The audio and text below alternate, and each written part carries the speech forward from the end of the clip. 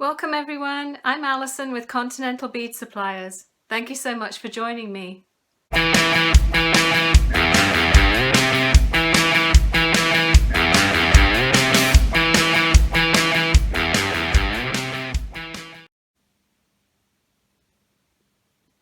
Today I thought we'd create these Starburst earrings using our Centerline charms. These are seed bead charms. They were specifically designed to accommodate size 11 seed beads. They use very few beads, so if you have some left over from another project, you can certainly use just minimal amounts in this little earring especially. The one that I've created here is two colors, so you can see there are 10 channels that get filled with the seed beads. This particular style doesn't have a front and a back, so the back looks exactly the same as the front, but most of our working area you will see on the back just a little bit, and you can see here just some tiny little stitching areas, little stitch bridges that go around the center here, and that's basically all that you see. I like to use a thread that sort of matches the finish of the charm, so I'm using a silver colored thread today. And again, it's just so few beads that are used in this, and I think they make a really pretty earring. You can obviously use these charms on anything. They could be on a necklace or all sorts of different things, bracelets, what have you. So what we will be using today are two of these charms. So they're called Centerline Seed Bead Charms. The part number is K153. We'll be using two of the hammered French ear wires. The part number is EW5003. We're going to be using a pinch of the Miyuki size 11 seed beads. So we're probably going to need 100 beads altogether, 5 beads in each column times 2, so that would be 50, times 2 is 100, and just a tiny little pinch of the second color B. We'll be needing about 36 inches just to be on the safe side of the Miyuki thread. So it'll be 2 lots of 36 inches, so 36 for one, and then the other one. A size 12 or 13 beading needle, a pair of thread cutters, so I'll just move to the side, and a pair of flat nose pliers. Okay, so let's get started. So let's just put this up here out of the way. So as I mentioned, there is no front and back on this one. They're both the same, but we sort of have to keep our orientation, be aware of what our orientation is.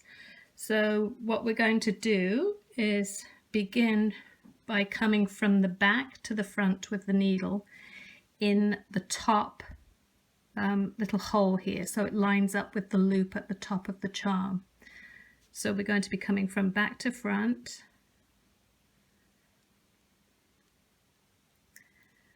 through there, and you're going to be leaving about a 6-inch tail, so just pull it through, so about that much, and just trap it on the back with your finger. We're going to pick up 2 of color A, 1 of color B, and 2 more of color A. Just move those down onto the thread. Then we're going to go down with the needle from front to back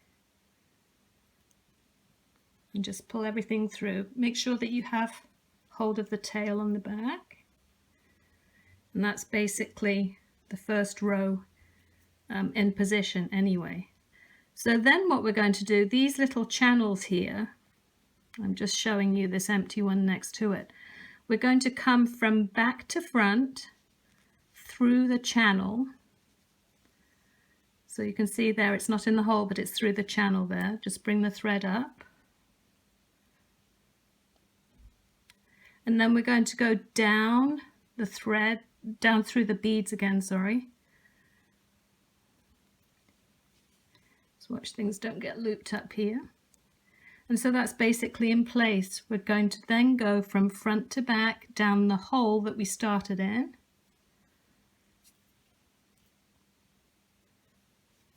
And then come from back to front up through the channel again. So you can see that I'm moving the needle there up through the channel.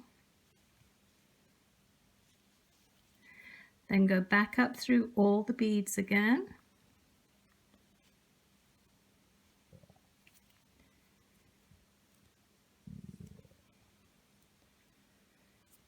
Down through the hole. This is basically just locking the thread in place and filling in the hole of the beads. Just to give it some substance here. So again, back down through the beads.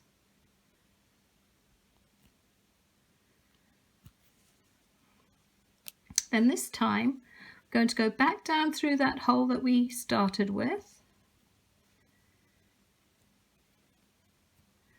And we're going to work clockwise around. So I'm actually going to come up from back to front up through the next hole. So if I turn it over, you'll see that I've made a little thread bridge. Hopefully you can see that there. So the thread bridge is right here. So I'm going to pick up 5 more beads. So 2 of color A, 1 of B, and 2 more of A. And I'm going to go down front to back through the second channel, along the second channel, but it's the hole that we're going through here. And so that places the beads into position. And this tail is still sitting out over here, so I'm just keeping it out of the way so that we don't get muddled up with it. You're going to come up through the channel from back to front. So like this. Back down through the beads.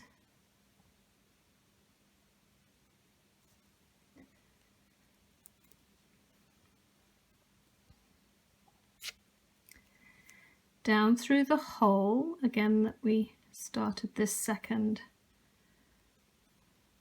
piece of work with. Up through the channel from back to front. Back up through the beads.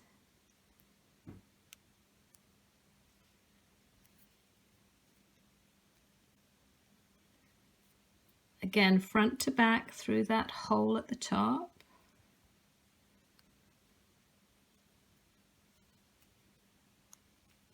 Back to front through the channel.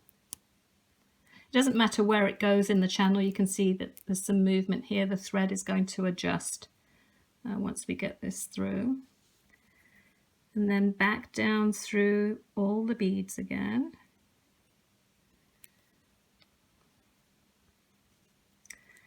Then we're going to go back down through the original part of the whole of our second little stitch here.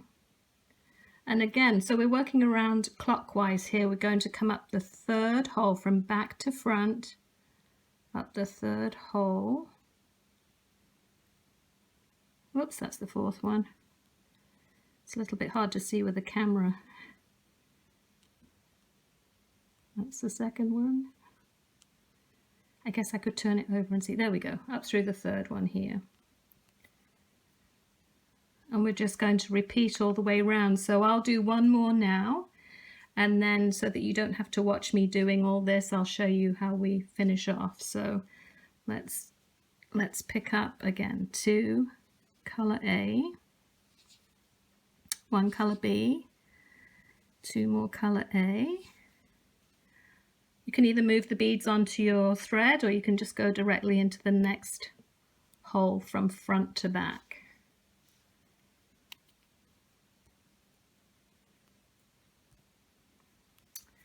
So remember, we're coming up from back to front through this channel here.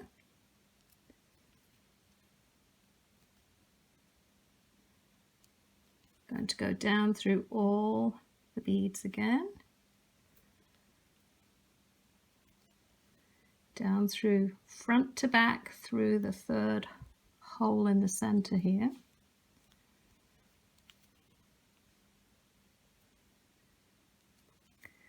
Back to front, up through the channel again.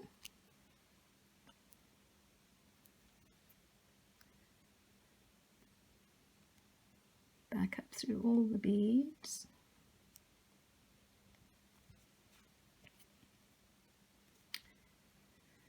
Down through the hole, front to back.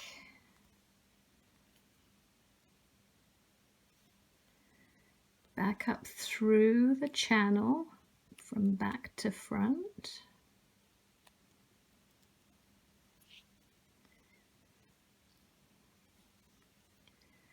Back down through all the beads again, and here you'll start feeling that it's a little bit more challenging to get the thread through, but that's what we're aiming for.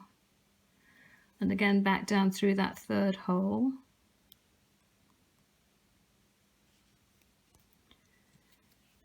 So now if you look on the back,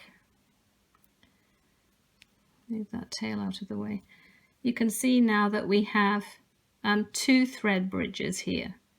So this is the only area that you're going to see any of the threads. And again, if you're using a thread that's similar in color to the metal color, it's going to sort of blend in. But there's nothing wrong with doing a contrasting thread or something like that as a design element. So I'm going to continue on with this, and I'll come back once I've reached around here, okay?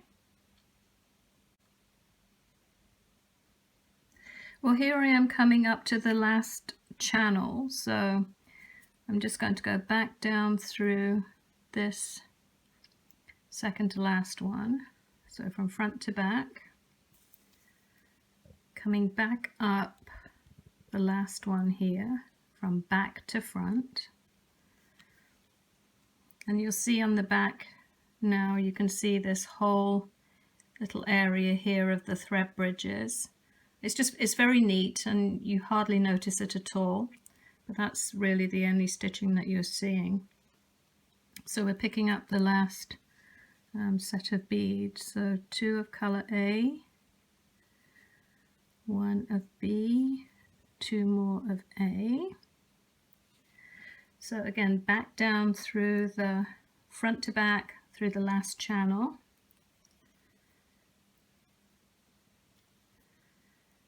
From back to front through the channel, not through the hole again. Back down through all the beads. Front to back through the hole. Back up through the channel. Back up through the beads again.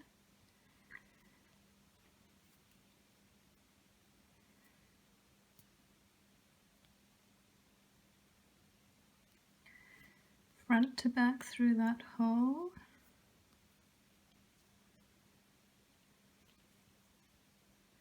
Back up through the channel from back to front. Once more down through all the beads.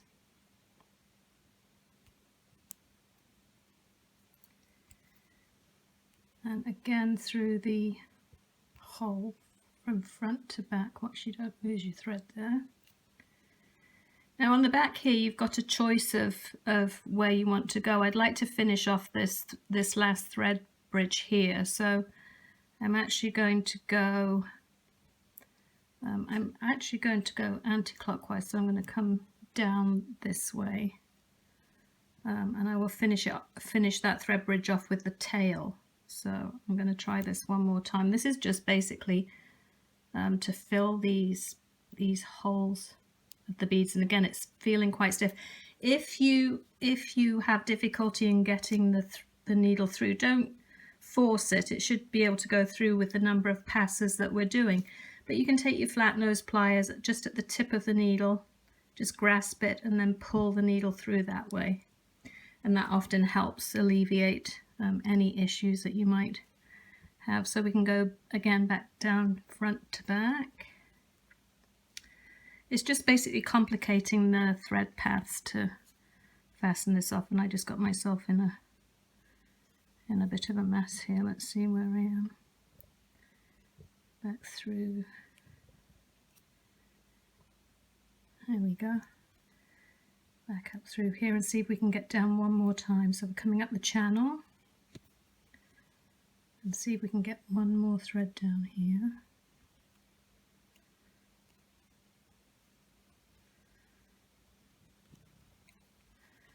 There we go. And because there's no pressure being put on this beadwork, I can actually cut this one off here now. So with my thread cutters, just pull on that, and it almost bounces back into the hole.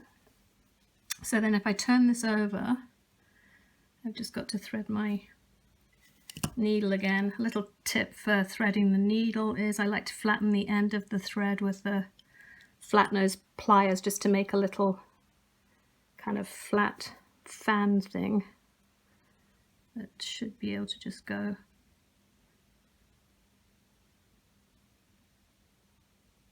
directly into the needle if I could see what I was doing. There we go. There we go. So as you can see here, there's that one area that doesn't have any thread on it, so I'm actually going to go over there.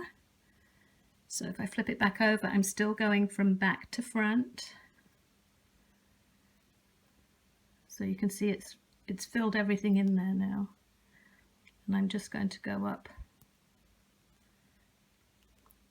Don't even have to go through all the beads, I can just go up one area here, and it may be just a little bit tricky, so just going to help that through there. Pull that up. I'm going to snip that off with my thread cutters again.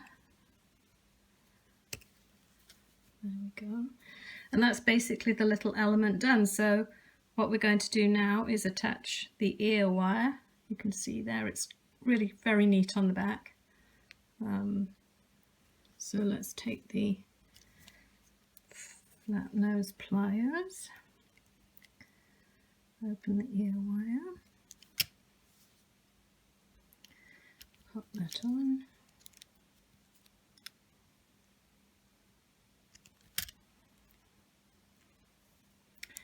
and there we go, a little pair of Starburst earrings. Quick and easy to do, and again just a few beads that are needed, and I think you'll really enjoy them. If you enjoyed this video, please give us a like and make sure you subscribe to our YouTube channel, and as always we love to hear from you. Thanks so much for watching. I'll see you next time.